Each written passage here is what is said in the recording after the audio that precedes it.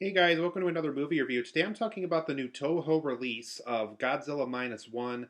This is a Godzilla film with an international release. It did really well in Japan, and from what I'm hearing and from what I know, it sounds like there was just enough success where they want to release this internationally. And obviously, with Godzilla having his own fan base in the US, obviously they made that possible.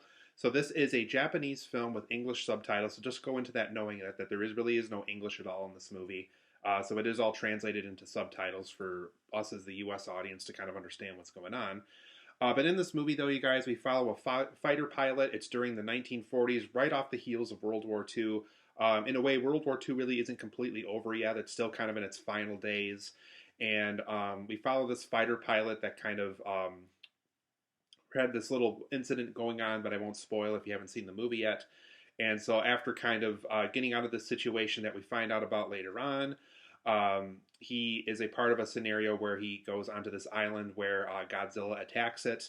And obviously, Godzilla at this point in the movie is just kind of a myth within Japan. He really hasn't been seen, but this is kind of the first real sighting of him, and the people of Japan kind of find out just how terrorizing and threatening he can be. And so, obviously, the situation gets worse when Godzilla manages to kind of destroy a whole city within Japan. And so, basically, this fighter pilot, along with the army, along with the navy, along with everybody that could basically has a fighting chance against Godzilla, wants to find a way to kind of take him down once and for all, so that this threat that we all know and love as Godzilla gets taken down once and for all. But overall, guys, I really enjoyed this movie. It's a very enjoyable Godzilla movie. I think any fan of Godzilla will be really happy with this. It does have great visual effects. It does have a great story. It does have characters you care about. Though it is a little numbing after a while if you're seeing this in the U.S. of reading all the subtitles and following along with the story, following along with the visuals and everything else. But it's a very well done Godzilla film that I highly recommend. And let's go over some positives and negatives of why I feel that way. So for my positives of this movie, though, you guys, this film has amazing visual effects. I don't know what they did for Godzilla. I don't know what CGI team they recruited for this, but whatever visual effects team that they hired. But the visual effects in this film look fantastic. Godzilla himself looks fantastic. There's even scenes where there's kind of fights and wars going on overseas in the ocean. All of it looks fantastic. So visual effects wise, it's top notch. It really does feel like kind of state of the art 2023 visual effects here. I was very happy with the visuals of this movie. And also, for the most part, like I mentioned earlier, we really do care about these main characters that we follow in this movie. We do care about the fighter pilot. We do care about this girlfriend that he basically acquires over time. We do care about this little girl that they care for. We do care about this scientist that has this solution to basically get rid of Godzilla once and for all. So we really do care about the characters. The story and the screenplay always find ways for us to feel invested in them. So if you liked kind of how the 2014 Godzilla film handled characters, gave us characters that we cared about throughout the course of the runtime, I think Godzilla Minus One also does a very good job at that as well. We really do care about these main characters that we have to root for over the course of the story. I also like how this film takes place in various locations. There's an island at one point. They have to fight Godzilla in the ocean. They have to fight Godzilla in the city. We find out more about kind of the home life of this fighter pilot and kind of the troubles that he's going through with the war and with Godzilla kind of doubling down on his problems.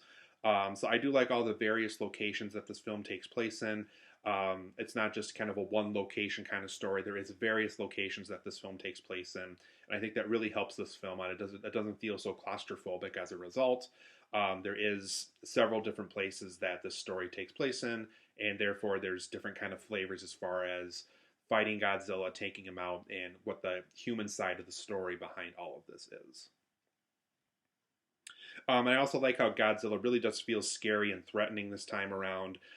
This is a Godzilla that you do not want to root for. This is a Godzilla that you want to make sure gets taken down, that the people live, that the city can rebuild itself. This is not the kind of Godzilla where we see him fighting up against a monster or use him as kind of our protector. This is the Godzilla that we knew from the original movie that is threatening, that is scary, that has no problem kind of wiping out a city just to kind of get that self-destruction vibes going within himself. This is a very scary, threatening Godzilla, and the film has no problem letting you know just how scary and threatening he is. I also like how this film takes place in the 1940s. because people were just going through so much at that time, and they were getting over World War II, and they were getting over just a bunch of terrible stuff that I'm sure was going on at the time, getting over the atomic bomb and all that other stuff. I do like how this film does take place in the 40s because it's just another horrible thing on top of a horrible thing on top of a horrible thing that people are constantly having to deal with. It's kind of difficult for people to adjust to a normal life just because all this terrible stuff just keeps happening to them. And so by taking place in the 1940s, you do kind of get the original Godzilla vibe of, we can always survive, we can always move on, we can always power through. Family and love conquers all. It's not over when a giant monster destroys everything. There really is an opportunity to rebuild and to kind of restart from scratch. The journey will be difficult, but it's something we have to do in order to kind of get back on track with our lives. And so by taking place in the 1940s, I think you get all those vibes, all that message, and just all that feeling over the course of this movie. But for my negatives of Godzilla Minus One, it does borrow quite a bit from that original Godzilla movie, because I have seen the original Japanese release, which was also translated into English and also had English subtitles for those who want to kind of watch it in its true form. There is a lot of plot points that are kind of borrowed from that. So when we do get to the point where the film is about taking down Godzilla, it does do a lot of ideas again that feel, once again, kind of like that original Godzilla movie. And so it really is too bad, because there is a lot of original, cool new things they are trying with Godzilla. He even gets this new ability, which I won't spoil here, that make him even more threatening. And so it does borrow from a lot of earlier Godzilla films. So if you're looking for something that's going to completely reinvent the wheel, unfortunately this Godzilla film doesn't quite do that.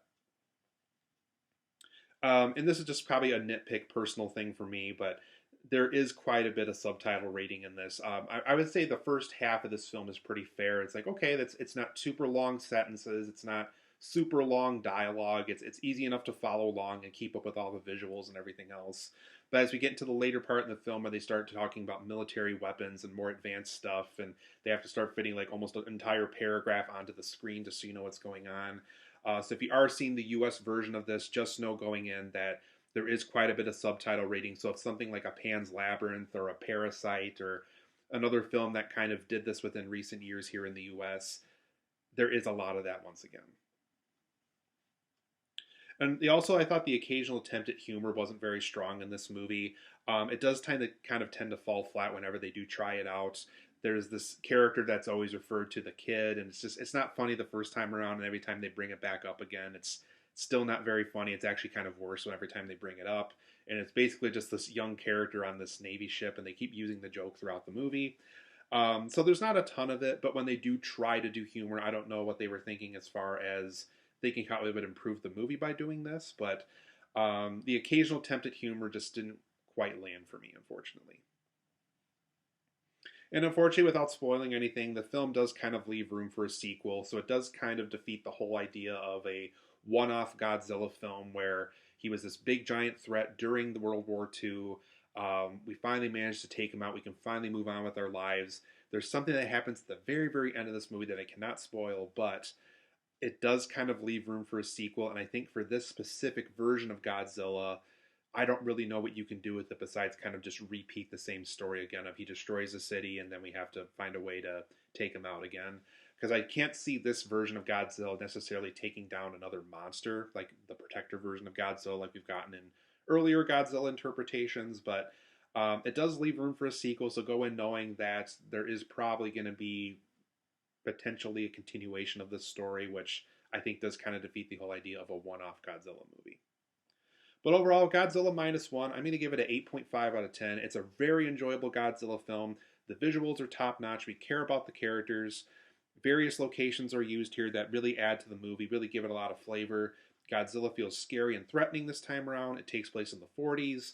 But there is a couple things along the way that do kind of hurt it for being a perfect film. For me personally, I do really like that 2014 Godzilla reboot from Gareth Edwards. I liked how they kind of add the Protector version of Godzilla, the destructive version of Godzilla, characters we cared about, and kind of themes and seekers of the truth and all that kind of stuff. I thought all that was really interesting back when that movie came out. So still kind of a personal preference for me, but this is a very good Godzilla film. If you like this character in any way, shape, or form, I think it's definitely worth your time. But do go into it knowing that it's not perfect. There are things about it that I think could have been better. But it's an 8.5 out of 10 for me. I highly recommend it. Godzilla minus one gets a huge thumbs up for me.